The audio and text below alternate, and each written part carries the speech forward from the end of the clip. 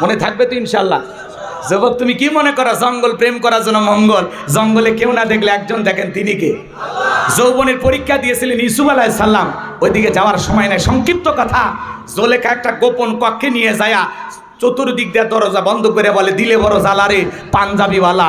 হুজুর তো কিছুই বোঝে না, হুজুর সবই বোঝে, নারীর ছলা কলা বোঝে না। বোঝেন নাই? কিছু কিছু মহিলা দেখেন না, কথা বলার আগে কান্দে দিয়ে বলে আমার কেউ নাই, কেউ নাই, তো বেঁচে আছু কে? কথা কয় না, কথায় কথা নেকা কান্নার অভিনয় করে, কিছু বলার আগে চোখ দিয়ে পানি ফেলে, আছে না নাই?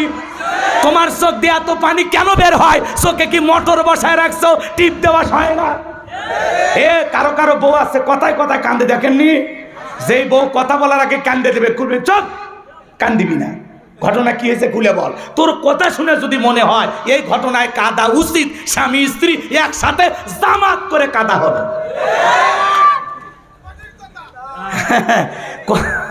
কথা বলার আগে কান্দে দেয়, এরকম মহিলা আছে না নাই? যে মহিলা নেকা কান্নার অভিনয় জানে, নাকের পানি চোখের পানি এক খান্দি করে, ও বুঝবেন ওর ভিতর ভেজাল আছে। কথা কন?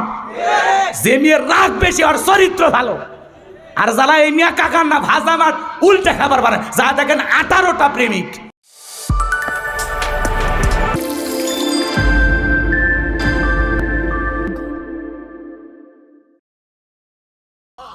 আর উনি ধনী মানুষ, ছেলে বেতন পায় 50,000 60,000, এরপরে মাস শেষে দেখা যায় আরো 20,000 টাকার ঋণ।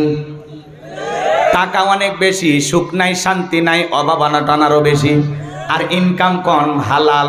6,000 টাকা দিয়ে একটা ইমাম, 6,000 টাকা, 8,000 টাকা, 10,000 টাকা দিয়ে এই বাজারে কিভাবে চলে? আপনি দেখে বোঝেন না হালাল কারে বলে? এমনও মসজিদ, এমনও বাংলাদেশে আছে যেই মুয়াজ্জিমের বেতন 1500 টাকা এখনো আছে। কে ভাই নাই? তাইলে 1500 টাকা দিয়ে এই মুয়াজ্জিম ইমাম কেমনে চলে? কেমনে? একটা মাদ্রাসার মুয়াজ্জিম কতই বেতন? 10,000 12,000, সর্বোচ্চ 15,000। চলে কিভাবে? কে চালায়? মানে তারপরে ইমামের মুখে হাসি, ভাই আপনি 3,000 5,000 টাকা বেতন পান কিভাবে? আলহামদুলিল্লাহ। ভাই সাংবাদিকের একজনকে ধরছে, হুজুর আপনি কত পান? 3,000 টাকা পাই। তো চলেন কিভাবে? বলে আলহামদুলিল্লাহ, আল্লাহ এর ভিতরে বরকত দিয়েছে। সুবহানাল্লাহ। ইমামকে জিজ্ঞাসা করা, হুজুর আপনি কম পান কত? 4,000 5,000 টাকা। আলহামদুলিল্লাহ, অনেক ভালো আছে, অনেক ভালো আছে, আমার কোনো সমস্যা নাই। এই জন্য হালালে বরকত আছে, হারামে কোনো বরকত নাই। কুকুরের বাচ্চা হয় কটা? 8টা 10টা করে বাচ্চা হয়। যদি জীবিত থাকতো এলাকায় হাঁটা যাইতো?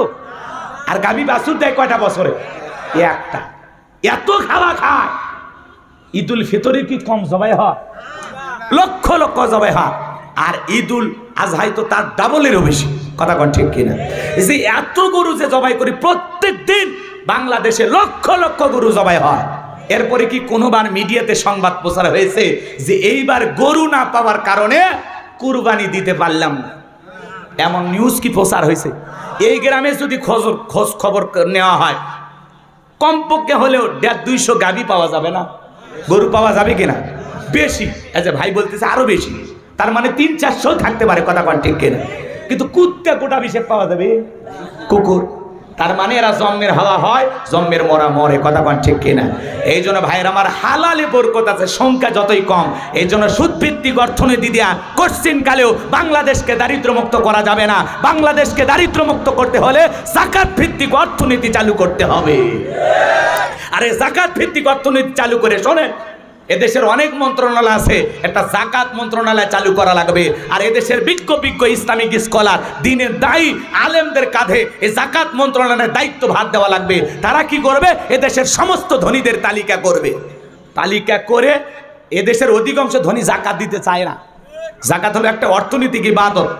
যে যাকাত দিতে পারতেছেন সে নিজেকে ভাগ্যবান মনে করেন যে আল্লাহ তাআলা যাকাত দেওয়ার মতো ইবাদতে আমাকেও শামিল করেছেন। আলহামদুলিল্লাহ, আমি একজন যাকাত দাতা, এটা ভেবে আপনি কি করবেন? শুকরিয়া আদায় করবেন যে আমার মতো নগণ্য হতভাগা গোলামকে আল্লাহ যে যাকাত দেওয়ার সুযোগ করে দিয়েছেন। আলহামদুলিল্লাহ। কথা কয় না? বোঝেন? কথা বোঝেন? শোনেন শোনেন, ইনি ধনী মানুষ, যাকাতের সে 1 কোটি টাকা, কোনো মতে 5-10 লাখ টাকা যাকাত দিয়ে নিজের 90 লাখ টাকা যাকাত নিজেই মাইরে খায়।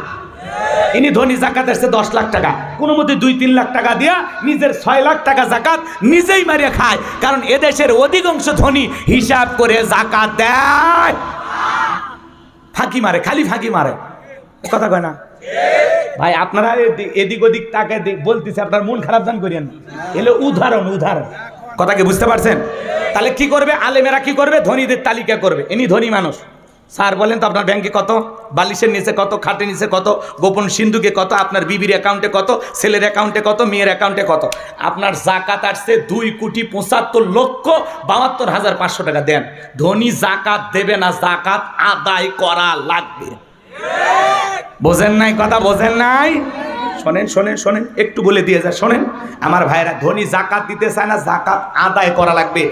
আলেমেরা শোনেন, আলেমেরা যদি এইভাবে 10 বছর জাকাত কালেকশন করে, আদায় করে, আর গরিবদের তালিকা করে সঠিক পদ্ধতিতে জাকাতের টাকাগুলো বন্টন করে দিতে পারে, 10 বছর পরে বাংলাদেশে জাকাত নেওয়ার জন্য একজন গরিব খুঁজে পাওয়া যাবে না। বলেন আল্লাহু আকবার।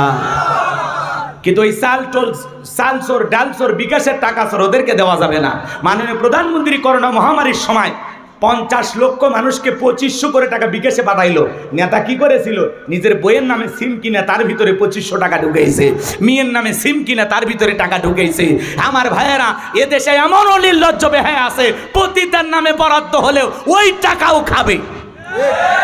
দেশের বাজে 12টা, ওদের হয় ভুরি মোটা। দেশের বাজে 12টা, ওদের হয় ভুরি মোটা। এ দেশের ওরাই নেতা, এ দেশের ওরাই হোতা, সত্য কথা নাই বলিবার। চারিদিকে দেখি শুধু অন্ধকার, চারিদিকে দেখি শুধু অন্ধকার, নেই কখনো আশা, বন্ধ মুখের ভাষা, চারিদিকে দেখি শুধু অন্ধকার। রাস্তার বরাদ্দ হয় 5 কোটি টাকা, 3 কোটি টাকা ভাগাভাগি করিয়া নেতাদের পকেট ভারী, আর কোনো মতে 1.5 কোটি টাকা দিয়ে রাস্তা তৈরি করে দেয়। ছাগল পেশাব করলেও ভাঙ্গে যায়। ওদের হাতে জাকাতের এই বিপুল পরিমাণে অর্থ দিলে সব টাকা বিদেশে পাচার করবে। বিদায় আলেমদেরকে দেওয়া লাগবে, কারণ জাকাতের 8টা খাত আছে। কোন খাতের আওতায় কোন ব্যক্তি পড়বে এটা আলেমেরা ভালো বুঝবে, জাহেলেরা বুঝবে না। বোঝা গেল? শোনেন শোনেন, আল্লাহ নবী মুসা আলাইহিস সালাম কারুনকে যা বলে, কারুন তোরে জাকাত দিতে হবে। 2 মিনিট একটা ঘটনা বলি, শোনেন। ধনী জাকাত দিতে চায় না, কি করা লাগে? আদায় করা লাগে। শোনেন, কারুন ডেকে বলে, মুসা আমি জাকাত দিতে পারবো না। আল্লাহর পয়গাম্বর মুসা নবী ডেকে বলে, কারুন জাকাত না দিলে জাকাত আদায় করা হবে। কি করা হবে? মুসা নবী রাগ কম না বেশি? যে নবী রেগে গেলে মাথার টুপি ভেদ করে চুলগুলো খাড়া হয়ে যায়। পয়গাম্বরের মুখে রাগের ছাপ দেখে কারণ ডেকে বলে, মুসা রাগ করার দরকার নাই, কত টাকা জাকাত দিতে হবে? আল্লাহর পয়গাম্বর ডেকে বলে, জাকাত দিতে হবে 2.5%। বলে ঠিক আছে, আমি রাজি। আল্লাহর নবী মুসা আলাইহিস সালামকে ডেকে বলে, আমাকে কিছুদিন সময় দেন, আমি হিসাব নিকাশ করে আপনাকে জানাবো। আল্লাহর নবী মুসা আলাইহিস সালাম চলে গেলেন। এইবার কারণ হিসাব নিকাশ শুরু করে দিল।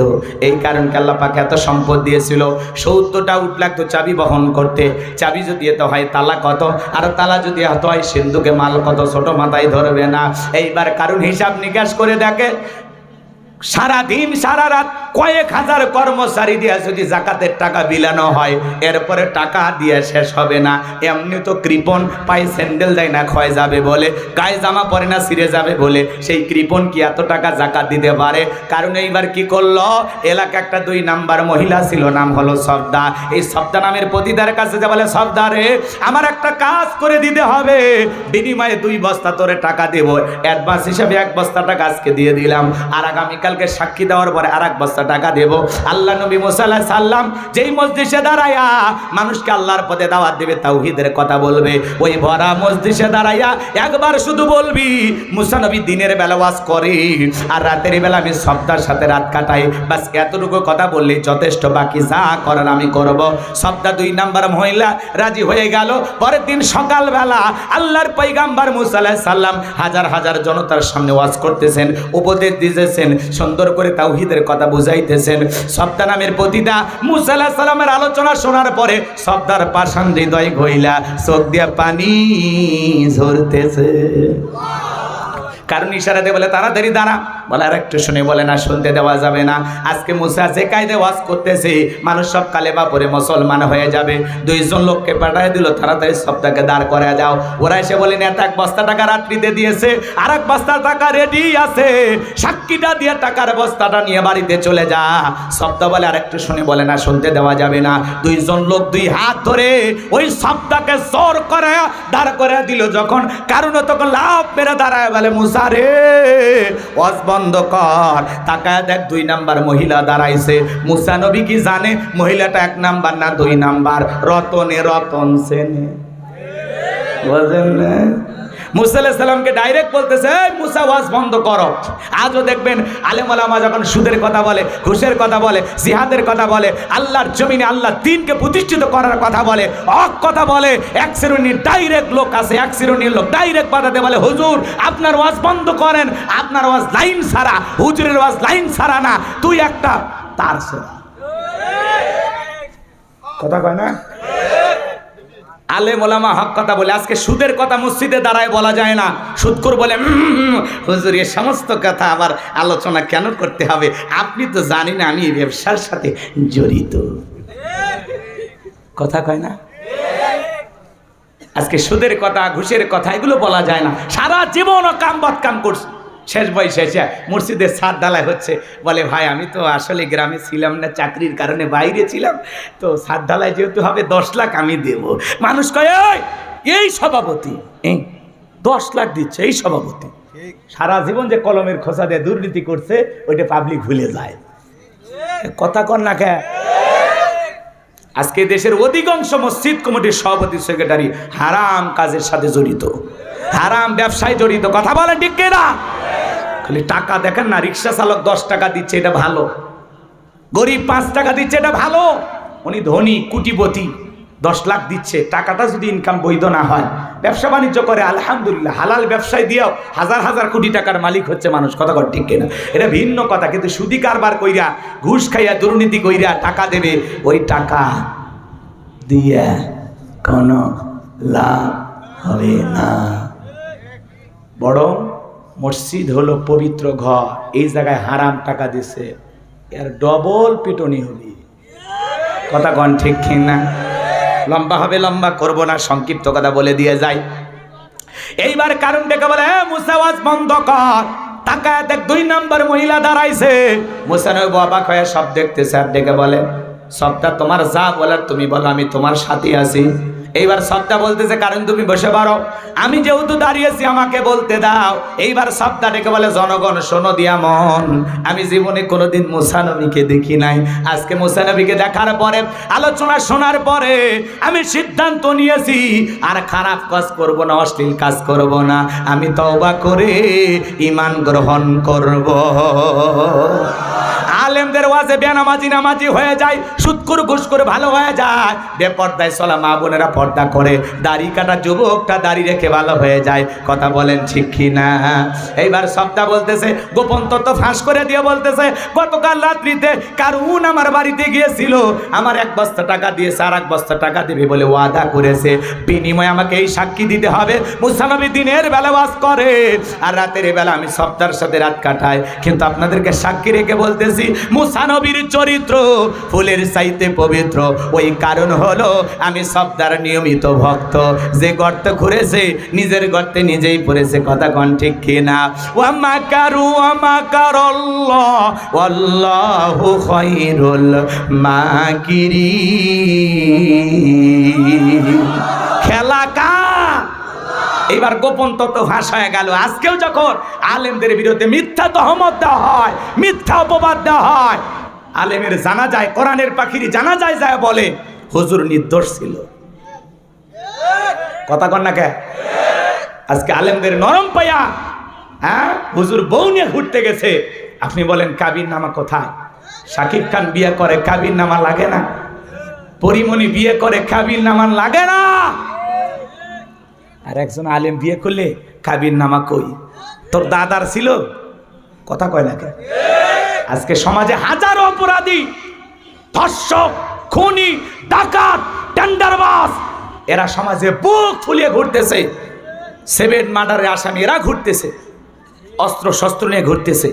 আর একটা নিরপরাধ আলেম খালি হুজুরক নিয়ে গেছে, কোনো ইয়াবা ছিল না, কোনো গাঁজা ছিল না, কোনো মদ ছিল না, আর মদের ফ্যাক্টরি সহ পরিমণি আফা গ্রেফতার, হাতে মেহেদি দিতে দিতে আহা জামিনে মুক্তি পায়। আমরা বুঝি না, এরা খুশি করতে পারে, হুজুরেরা তো খুশি করতে পারবে না, সে লাইন ঘাটি তো নাই। রাগ করতেছেন নাকি আপনারা? কারণ এদের পেছনে কোটি কোটি টাকা খরচ করার লোক আছে, অথবা বলে আপা আপনার জামিনের পিছনে আমি কাজ করতেছি, বোঝেনি তো, একটু আমার দিকে দেখবেন আর কি। কথা কয় না কেন? হুজুরের কেউ নাই, নরম হুজুর, নরম অসহায় কেউ নাই। এই যে হাজার হাজার ভক্ত, এখন ভক্তের অভাব নাই। 6 মাস যদি জেলখানায় থাকি ভক্তই নেই, ভক্ত সব শেষ। কথা কন ঠিক খেয়ে না? কিন্তু বাজান গো, আমার সময়ের পরিবর্তন হয়ে গেছে। চোর ডাকাত খুনি সন্ত্রাসীরা জেলখানায় গেলে সমাজের মানুষ সিসি করে, আলেম ওলামা জেলখানায় গেলে সম্মান কমে না, আমার আল্লাহ সম্মান আরো বাড়িয়ে দেয়। আর বাস্তব হলো মুফতি আমির হামজা না, আপনি করেন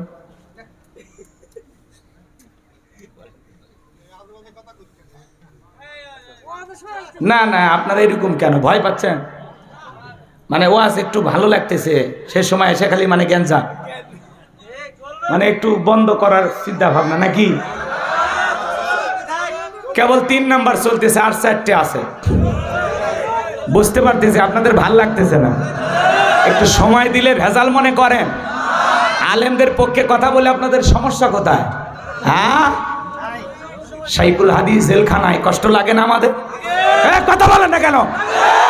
হুজুরে 2-3টা বউ 4টা বউ, তোর সমস্যা কি? তোর বাড়িতে গেছিল, তোর সমস্যা কি? হুজুরের পাওয়ার আছে, হুজুর পালতে পারবে, ইনসাফ কায়েম করতে পারবে, বিয়ে করছে, তোর সমস্যা কি? হুজুর বলতেছে আমার বউ, তোর বিশ্বাস হয় না? পার্কে জোড়ায় জোড়ায় কবুতরের মধ্যে ঘরে বাক বাকুম করে, কয়টা ছেলে মেয়েকে তুমি কাবির নামা দেখছো? হাজার হাজার হোটেলেও অবৈধ কাজ চলতেছে, দেখছেন আপনারা? কাবির নামা দেখছেন?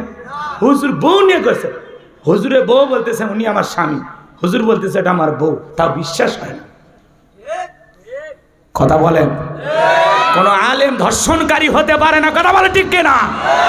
হুজুরদের বউ বেশি, বাচ্চা বেশি, হুজুরেরা ধর্ষক নয়। মনে রাখবেন, মনে থাকবে তো ইনশাআল্লাহ। আলেমদের বিরুদ্ধে নানান সমালোচনা, অমুক হুজুর 2টা বিয়ে করছে, তোর কি সমস্যা? কথা কয় না কেন?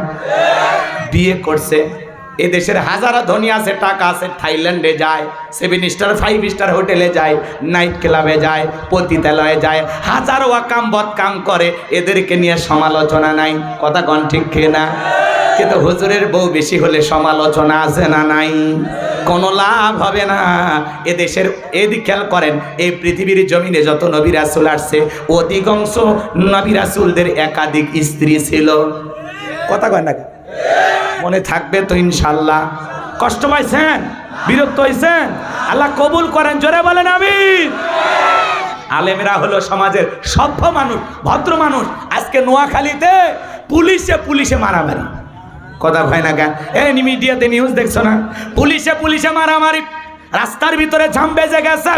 একজন লোক, প্রশাসনের লোক গাড়ির থেকে নেমেছে, যায় দেখে একটা মানুষ মোটর সাইকেল দিয়ে ভুল পথে আসছে, রং সাইডে এসেছে। এইবার তাকে বলতেছে ভাই হেলমেট নাই, আপনি রং সাইডে কেন আসছেন? এটা তো আপনার যাওয়ার রাস্তা না, আপনার রাস্তা ওইটা, আপনার কারণে এই জামটা বেজে গেছে, আপনি কেন ঝামেলা করতেছেন? তখন বলে এই চেন, আমি পুলিশ, আমি প্রশাসনের লোক। তখন বলতেছে এই বেটা, তুই প্রশাসনের লোক, আমিও তো পুলিশ। 2 পুলিশ গল্প করতেছে, মাঝখানে সাথে আসা একটা লোক এই পুলিশের বড় ভাইক মারছে ঘুষি। এই যে মারামারি শুরু হয়ে গেল, পুলিশে রাস্তার মধ্যে মারামারি, জনগণ তো কিছুই বোঝে না। ওই জায়গায় আবার আর এক পুলিশ হাজির। ওরা বলতেছে ভাই আপনি কয় আমি পুলিশ, আপনি কয় আমি পুলিশ। এই মিয়া, আমরা তোমাদেরকে ধরতে আসছি, আমরাও তো পুলিশ। তাহলে দেশে যদি পুলিশে মারামারি করে, সাধারণ জনগণের অবস্থা কি হতে পারে? যারা সমাজের নিরাপত্তা দেবে, শৃঙ্খলা বজায় রাখবে, যারা এই সমাজের দায়িত্ব পালন করবে, তারাই যদি উগ্র মেজাজি হয়, তারা যদি ঠুনকো কথায় মারামারি করে, সমাজের মানুষ যাবে কোথায়? কথা বলেন না কেন? এই জন্য ভাই সব জায়গায় পোশাকের গরম দেখাইলে কিন্তু অবস্থা ভালো হয় না। কথা কোন ঠিক কিনা? প্রশাসনের ভাইদেরকে আল্লাহ পাক জনগণের খেদমতের জন্য কবুল করুন, জোরে বলুন আমিন। আর একটু জোরে বলেন আমিন। তাহলে নোয়াখালীর বেগমগঞ্জ আজকে পুলিশে মারামারি, এইটা জাতির জন্য বলেন তো বাজান সুবার্তা? কথা কয় না কেন? ঘটনাটা কি ভালো না খারাপ? এটা আমরা কখনো কাম্য করি না, এই ধরনের ঘটনা আমরা কখনো আশা করি না, এগুলো অনাকাঙ্ক্ষিত ঘটনা। আমরা চাই প্রশাসনের মানুষেরা নম্র হবে, ভদ্র হবে, তারা সমাজের নিরাপত্তা নিশ্চিত করার জন্য কাজ করবে, সমাজের ভালো কামনা করবে। তারা কেন মারামারি করবে? তারা মারামারি বন্ধ করবে, সমাজ সংশোধনের জন্য কাজ করবে। কথা বলেন ঠিক কিনা? সামনের দিকে যাই বাজান গো আমার, যে কথা বলতে চাচ্ছিলাম, আল্লাহর পয়গাম্বার এতটা রাগান্বিত হয়ে গেল, দেখে বলে আল্লাহ কারণের কাছে চাইতে গেছিলাম যাকাত, আর যাকাত না দিয়ে আমার বিরুদ্ধে মিথ্যা তহমত দেয়।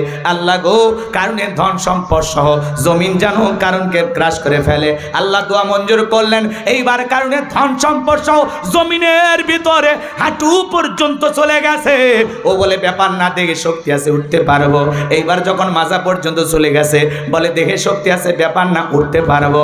এইবার যখন গলা পর্যন্ত জমিনের ভিতরে চলে গেছে, আমার ভাইয়েরা জমিনের ভিতরে চলে যাওয়ার পরে এইবার কারণ ডেকে বলে মুসা ধন সম্পদ যা আছে সব তোমার, আর তোমার আল্লাহ তুমি নিয়ে যাও, জানতো আমার একটু ভিক্ষা দাও। আল্লাহর পয়গাম্বার ডেকে বলে আল্লাহু সামাদ, আমার আল্লাহ অমুখপেক্ষী, আমার আল্লাহ কারো কাছ থেকে কিছু নাই না, আমার আল্লাহ শুধু দিয়ে যায়। কারণ রে তোর ধন সম্পদের বড় অহংকার ছিল, ধন সম্পদ সহ জমিনের ভিতরে চলে যা, আর পৃথিবীর ইতিহাসে সাক্ষী থাক, তোর মতো যারা দুনিয়ার জমিনে সম্পদ জমা রাখবে, আল্লাহ রাস্তায় খরচ করবে না, কঠিন কিয়ামতের ময়দানে তুই কারুনের কাতারে আল্লাহ তাদেরও বিচার করবে। কথা বলেন ঠিক কিনা? এজন্য সূরা তাওবার ভিতরে আল্লাহ বলেছেন, যারা স্বর্ণ রূপা টাকা পয়সা জমা করে, আল্লাহ রাস্তায় মাল অর্থ খরচ করতে চায় না, আমার আল্লাহ বলে তাদের জন্য রয়েছে আযাবের সুসংবাদ। যাকাত হলো মালের ময়লা, যাকাত হলো আপনার সম্পদকে পবিত্র করে। যাকাত দিলে ধনীর ধন কমে না বাড়ে। বলেন যাকাত দিলে সম্পদ কমে না বাড়ে? এই যে আমাদের বগুড়া উপশহর একটা চাল ব্যবসায়ী আছে, আমাকে বলতেছে হুজুর আমি জীবনে প্রথম 1400 টাকা যাকাত দিয়েছিলাম, আজকে কয়েক বছর যাকাত দিতে দিতে দিতে আল্লাহ তাআলা এমন অর্থ দিয়েছে, এখন সেই ব্যক্তি কয়েক লক্ষ টাকা যাকাত দেয়।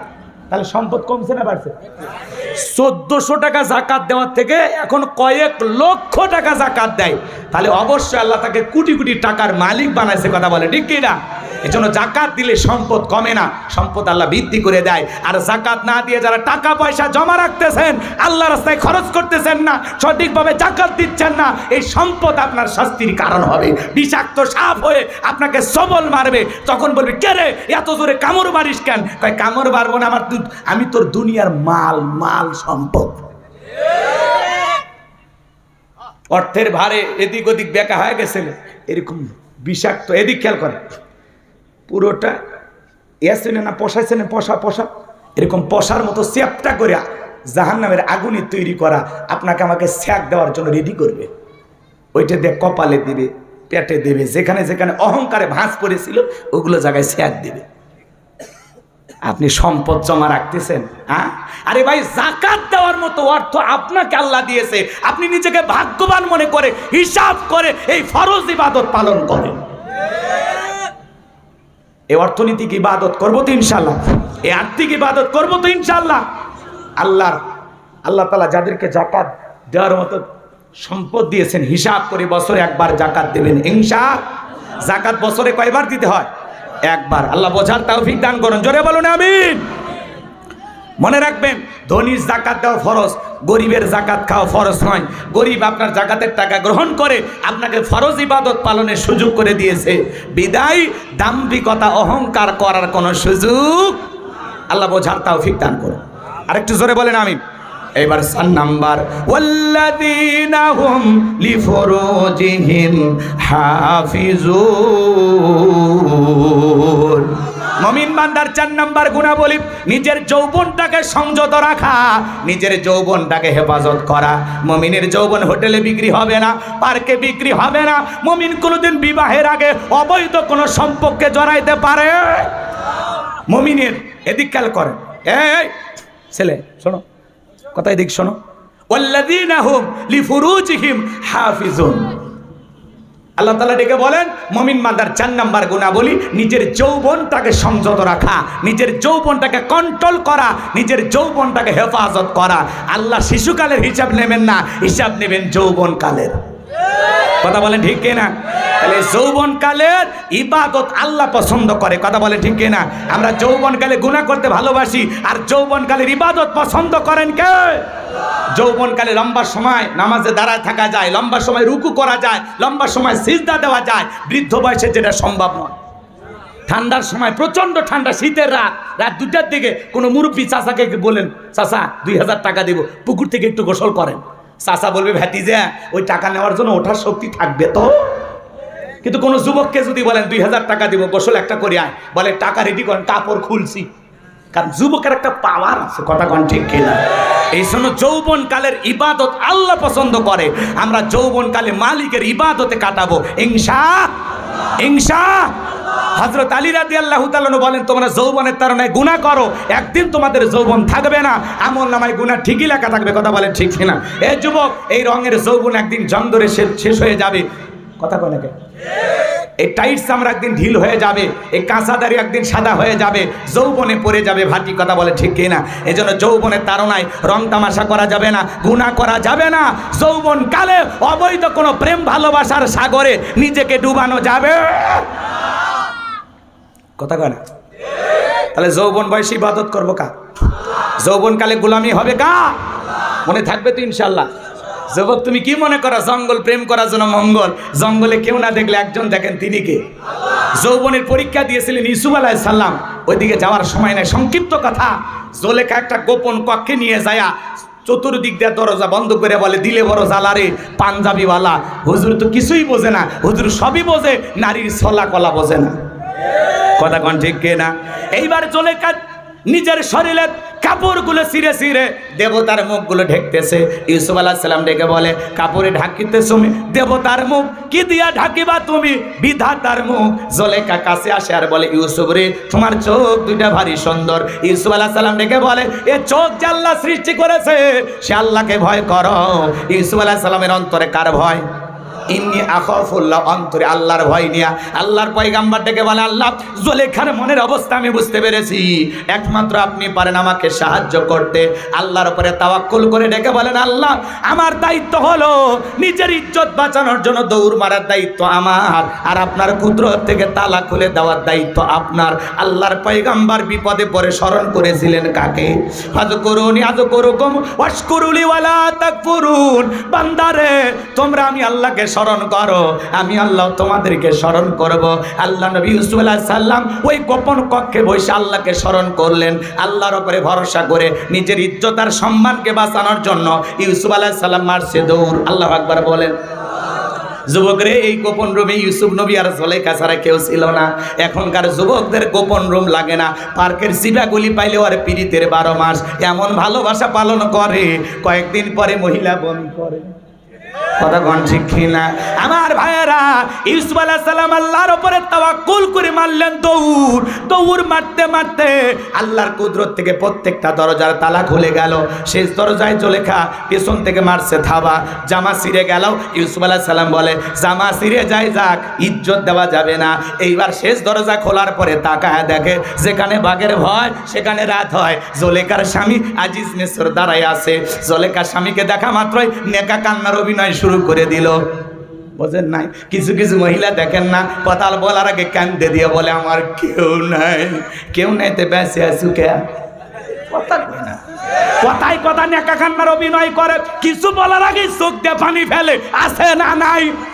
তোমার চোখ দিয়ে এত পানি কেন বের হয়? চোখে কি মোটর বসায় রাখছো, টিপ দেওয়া হয় না? এ কারো কারো বউ আছে কথায় কথায় কান্দে, দেখেননি? যেই বউ কথা বলার আগে কান্দে দেবে, করবে চোখ, কান্দিবি না। ঘটনা কি হয়েছে খুলে বল। তোর কথা শুনে যদি মনে হয় এই ঘটনায় কাঁদা উচিত, স্বামী স্ত্রী একসাথে জামাত করে কাঁদা হবে।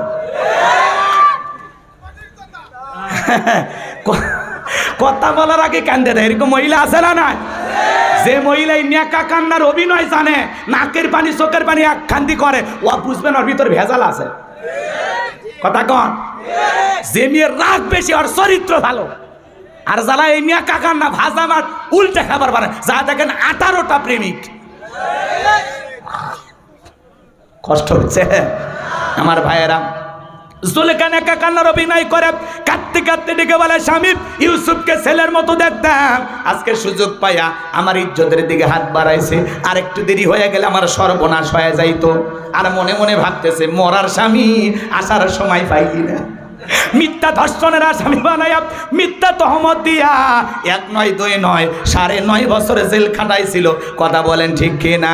এই জন্য যুবক রে, নারীদের ষড়যন্ত্র বড় মারাত্মক। পুলিশে ধরলে বাঁচবি, র্যাবে ধরলে বাঁচবি, কিন্তু কোন নারীর ছলনার ফাঁদে, প্রেমের জালে, মায়ার জালে, মিষ্টি কথার জালে একবার যদি ফাঁসা যাও, ফান্দে পড়িয়া বোগা কান্দে রে, সারা জীবন কেঁদেও ওই কান্নাগিনীর বিষাক্ত সবল থেকে বাঁচতে পারবি না।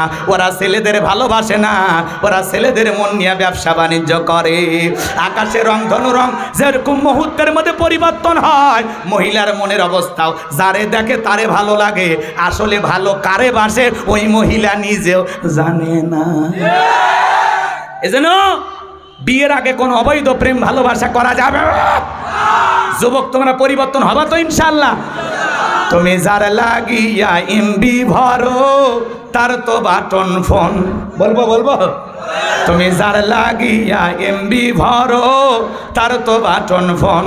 কেমন করে বুঝবে রে সে, কেমন করে বুঝবে রে সে, ডিজিটাল তোর মন। তুমি যার লাগিয়া এমবি ভরো, তার তো বাটন ফোন। মেসেজ দিলে সেন্ড করে না, দেয় না তো রিপ্লাই, ভিডিও কলে বলবা কথা, ক্যামেরা তার নাই রে, ক্যামেরা তার নাই। ডিজিটাল এই যুগ জামানাই, ডিজিটাল এই যুগ জামানাই, ইয়ানা লক তার মন। তুমি যার লাগিয়া এমবি ভরো, তার তো বাটন ফোন। প্রেম প্রীতি ভালোবাসা বিয়ের আগে নয়, মনের মধ্যে রাখো তুমি পরকালের ভয় রে, আল্লাহ তাআলার ভয়। গানের মধ্যে শিক্ষা আছে না নাই?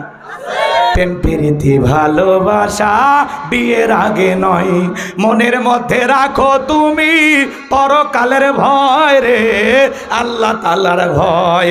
তবে তুমি মুক্তি পাবা, তবে তুমি মুক্তি পাবা দোজখের আগুন। তুমি যার লাগিয়া এমবি ভরো, তার তো বাটন ফোন। কেমন করে বুঝবে রে সে, কেমন করে বুঝবে রে সে, ডিজিটাল তোর মন। তুমি যার লাগিয়া এমবি ভরো, তার তো বাটন ফোন।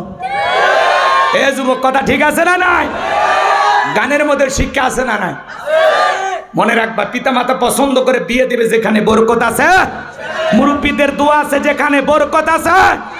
একা একা মাতবাড়ি করে বিয়ে করো না। 20 বছর বয়স হয়নি, বাড়িতে এসে বলে, আব্বা উত্তর বাংলা কি আমি কথা দিয়েছি, রাজি থাকলে 1 চাপুন, না হলে 2 চাপুন।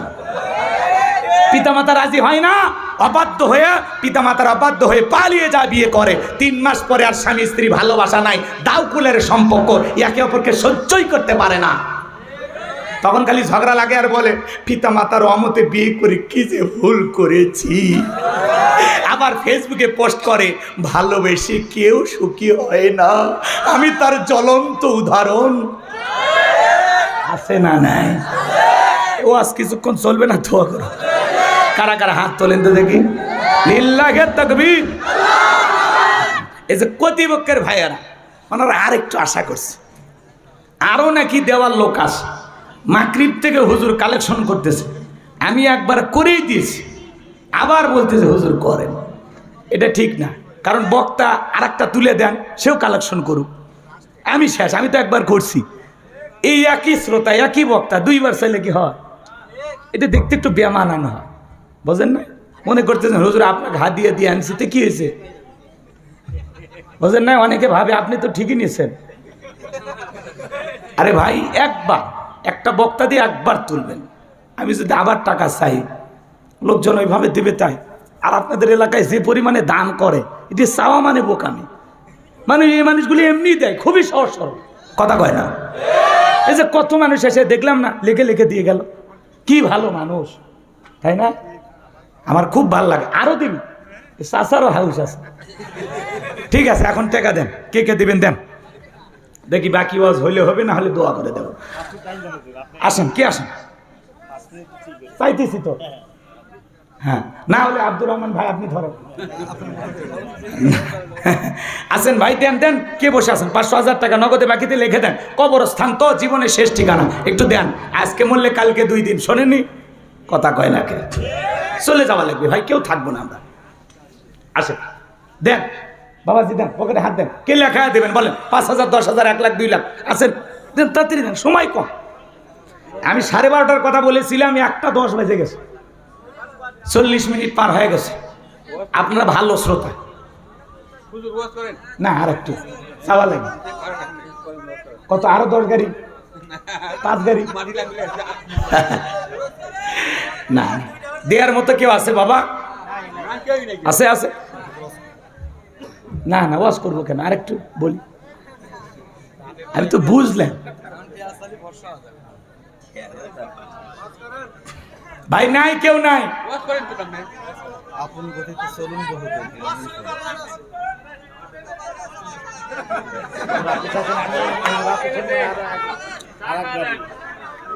হাফেজ মাওলানা আব্দুর রহমান ভাই, উনি আরো 1 গাড়ি দিবে। যে চাইলেন, কেউ দিল না, আমি দিলাম। আল্লাহ কবুল, আল্লাহ তার হায়াত বাড়ায় দেন, যোগ্যতা সম্মান বাড়ায় দেন। জোরে বলেন আমিন।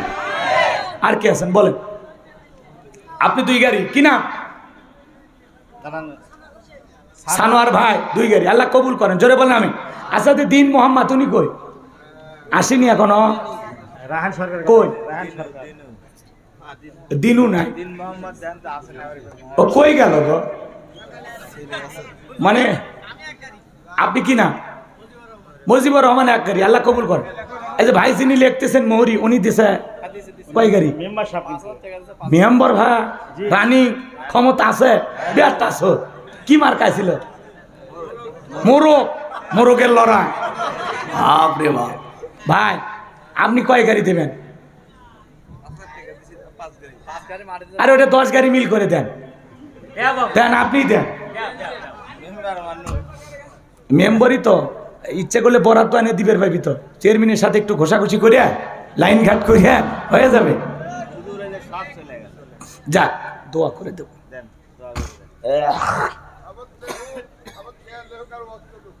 না, 1টা বেজে গেছে, আর ওয়াজ চলবে না। আসল মূল শোনেন, প্রত্যেকটা কর্তৃপক্ষ যখন দাওয়াত দেয়, আমি বলি ভাই 10টা to 12টা, 2 ঘন্টা ওয়াজ করবো, চলে যাব না, শেষ। শোনেন, 3টে একেবারে শেষ করে দিচ্ছি, ও তো 2 মিনিটও লাগবে না, আমাদের কাছে সব কায়দা আছে না। শোনেন, তাহলে 4 নাম্বার, নিজেকে কন্ট্রোল করব, হেফাজত করব, সংযত রাখবো, সংযমী হব ইনশাআল্লাহ। সকল গুনাহ থেকে নিজেকে বাঁচায় রাখবো ইনশাআল্লাহ। কবুল করেন, জোরে বলেন আমিন। 5 আর 6 নম্বরে গুণাবলী, ওয়াল্লাযীনা হুম লিআমানাতিহিম ওয়া আহদিহিম রাউন। 5 নম্বর হলো আমানত রক্ষা করা। এই জীবনটা আমানত, ছেলেমেয়ে আমানত, স্ত্রী সন্তান আমানত, বক্তার কাছে শ্রোতা আমানত, শিক্ষকের কাছে ছাত্র ছাত্রী আমানত, ডাক্তারের কাছে রুগী আমানত, ইমামের কাছে মুসল্লি আমানত, মেম্বারের কাছে ওয়ার্ডবাসী আমানত, চেয়ারম্যানের কাছে ইউনিয়নবাসী আমানত, এমপির কাছে নির্বাচনী এলাকার মানুষ আমানত, মাননীয় প্রধানমন্ত্রীর কাছে 18 কোটি জনগণ আমানত। আমরা কেউ আমানতদারিতার বাহিরে নাই, এজন্য সবাই আমানত রক্ষা করবো ইনশাআল্লাহ। 6 নাম্বার, ওয়াদা, প্রতিশ্রুতি রক্ষা করা। মুমিন মুখে যা বলে, অন্তরে তা বিশ্বাস করে, কাজে তা বাস্তবায়ন করে। মুমিন কোনোদিন প্রতিশ্রুতি ভঙ্গকারী হতে পারে। মুমিন মুখে যা বলে, কাজে তা বাস্তবায়ন করবে। মুমিন এদিক খেয়াল করেন, মুখে, অন্তরে, কথায়, কাজে, সব জায়গায় ঠিক, তাহলে মুমিন সঠিক। জবানের কথার দাম থাকতে হবে, কোনোদিন প্রতিশ্রুতি ভঙ্গ করবেন না ইনশাআল্লাহ। এরপরে আল্লাহ রাব্বুল আলামিন বলেন, ওয়াল্লাযীনা হুম আলা সালাওয়াতিহিম ইউহাফিজুন। 7 নাম্বার হলো নিজেদের সালাতের প্রতি যত্নবান হওয়া।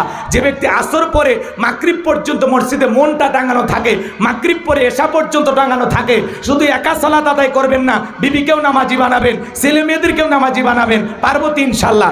পৃথিবীর সফল বাবা তারা যে বাবা তার ছেলের হাত ধরে মসজিদে নিয়ে যায়, কথা বলে ঠিক কিনা? ছোট ছোট বাচ্চাদেরকে মসজিদমুখী বানাবেন। আজকের শিশু আগামীর বাংলাদেশ, আপনাদের ভবিষ্যৎ প্রজন্ম, এদেরকে নামাজি বানাইতে হলে ছোটবেলা থেকে মসজিদে নিয়ে যাবেন, পারবেন তো ইনশাআল্লাহ? 7টা গুণাবলী। 1 নাম্বার আল্লাহ সালাত দিয়ে শুরু করলেন, 7 নাম্বার সালাত দিয়ে শেষ করলেন। তাহলে সালাতের গুরুত্ব কম না বেশি? এই 7টা গুণাবলী যদি আমল করতে পারি, উলাইকা হুমুল ওয়ারিসুন আল্লাযীনা ইয়ারিসুনাল ফিরদাউস হুম ফিহা খালিদুন। আল্লাহ বলেন তারা উত্তরাধিকারী হবেন জান্নাতুল ফিরদাউসের, সেখানে তারা চিরকাল বসবাস করবেন। আল্লাহ কোনোদিন জান্নাত থেকে বের করে দেবেন না। চিৎকার মেরে বলুন সুবহানাল্লাহ। আল্লাহ বক্তা শ্রোতা সবাইকে আমল করা তৌফিক দান করুন, জোরে বলুন আমিন। ওয়া আখিরি দাওয়ানা আনিল হামদুলিল্লাহি রাব্বিল আলামিন। সকলে আমার সাথে দরুদ ইব্রাহিম পড়ুন। আল্লাহুম্মা সাল্লি আলা মুহাম্মাদ ওয়া আলা মুহাম্মাদ কামা সাল্লাইতা আলা ইব্রাহিম ওয়া আলা আলি ইব্রাহিম ইন্নাকা হামিদুম মাজিদ। আল্লাহুম্মা বারিক আলা মুহাম্মাদ ওয়া আলা আলি মুহাম্মাদ কামা বারাকতা আলা ইব্রাহিম ওয়া আলা আলি ইব্রাহিম ইন্নাকা হামিদুম মাজিদ। ভাই দোয়া করে দিলেন সভাপতি ভাই। এটা যুব সমাজ কি করছে জালসাটা? জি জি দোয়া করে দেই বাবাজি। আল্লাহুম্মা আমিন। রব্বানা যালামনা আনফুসানা ওয়া ইল্লাম তাগফির লানা ওয়া তারহামনা লানাকুনান্না মিনাল খাসিরিন। মাকুর কলা কবরস্থানের উন্নতি গল্পে আজকের তাফসীরুল কোরআন মাহফিলের সভাপতি জনাব আলহাজ মোহাম্মদ কেরামত আলীকে কবুল করো। সহ সভাপতি হিসেবে যাদের নাম আছে আল্লাহ তোমার গোলামদের তুমি কবুল করো। প্রধান অতিথি জনাব সয়ন ইসলাম মাননীয় এমপি মহোদয়কে কবুল করো। উপপ্রধান অতিথি জনাব মোহাম্মদ সাইফুল ইসলাম সম্মানিত চেয়ারম্যান মহোদয়কে আল্লাহ কবুল করো। বিশেষ অতিথি হিসাবে যাদের নাম আছে আল্লাহ কবুল করে নাও।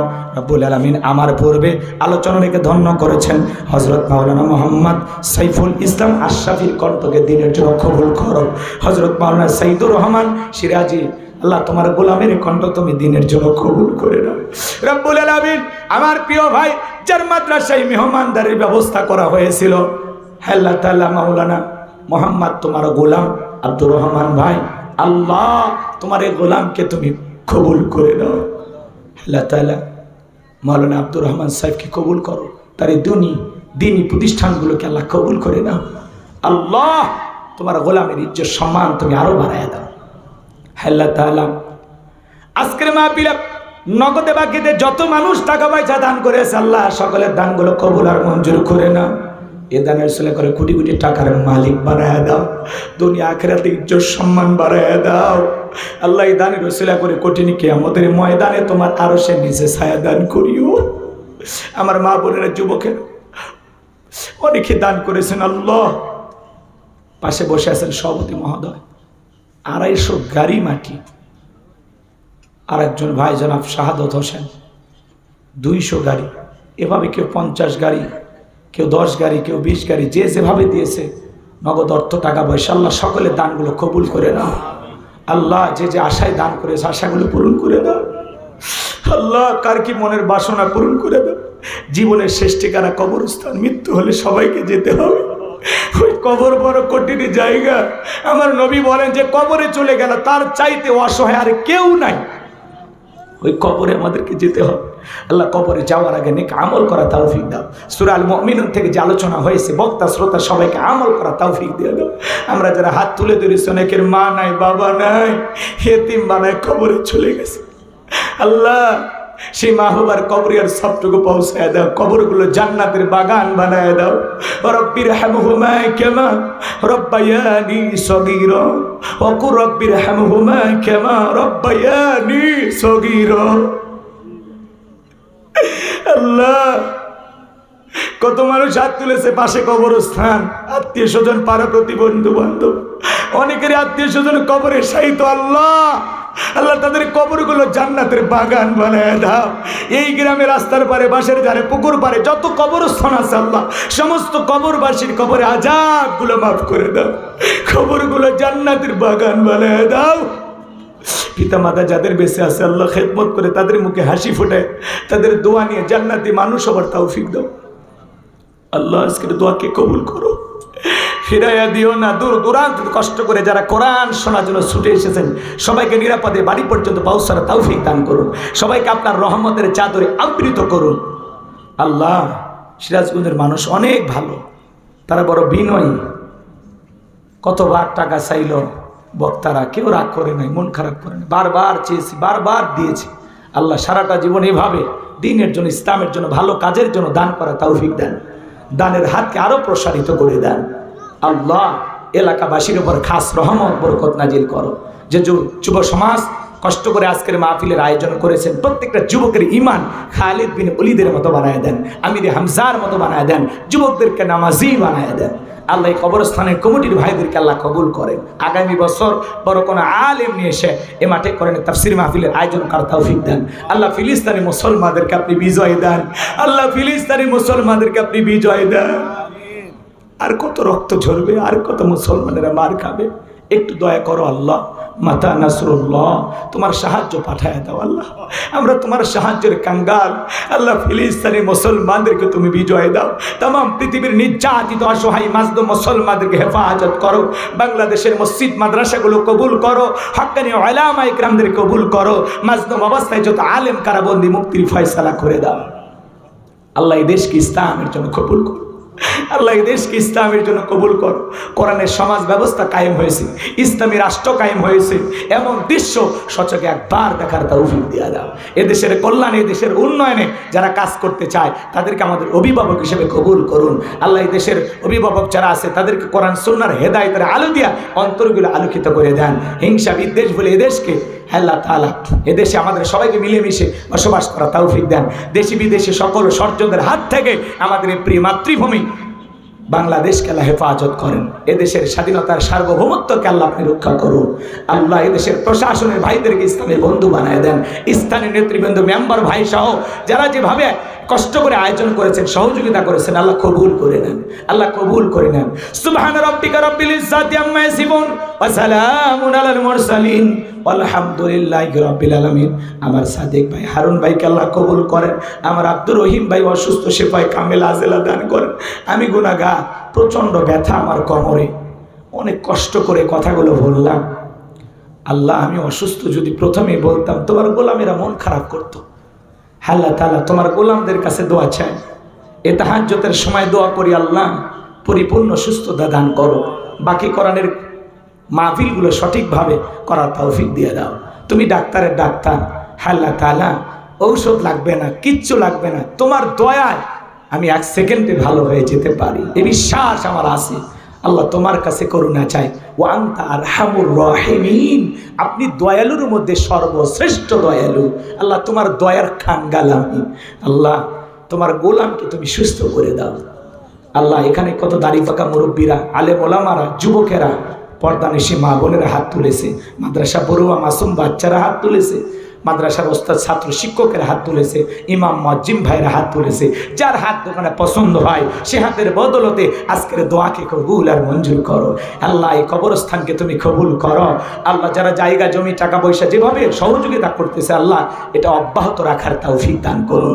আল্লাহ তোমার গোলামদেরকে বেশি বেশি করে ভালো কাজের আঞ্জাম দেওয়ার তৌফিক দিয়ে দাও। আল্লাহ আমি তোমার গোলাম, তোমার কাছে সুস্থতা চাইলাম, দয়া করে সুস্থতার নিয়ামত দিয়া ধন্য করে দাও। আল্লাহ তাআলা আজকের মোনাজাতকে কবুল করো, এ দেশকে আল্লাহ কবুল করো। জীবন একটাবার খানায় কাবায় যাওয়ার সুযোগ করে দিও। রসুলের রওজা পাকে দাঁড়িয়ে সালাম দেওয়ার সুযোগ করে দিও। আল্লাহ যেদিন মৃত্যু চলে আসবে, যে মাসে মরণ দিবা মাসটা যেন রমজান মাস হয়, যেই দিনে মরণ দিবা দিনটা যেন জুমার দিন হয়, নামাজের সিজদারত অবস্থায় মৃত্যু দিও, কোরআন পড়তে পড়তে মৃত্যু দিও, দিনকে প্রতিষ্ঠিত করার লক্ষ্যে, ইসলামী রাজ কায়েম করার লক্ষ্যে আল্লাহ রাজপথে জীবনটা বিলানোর তৌফিক দিও।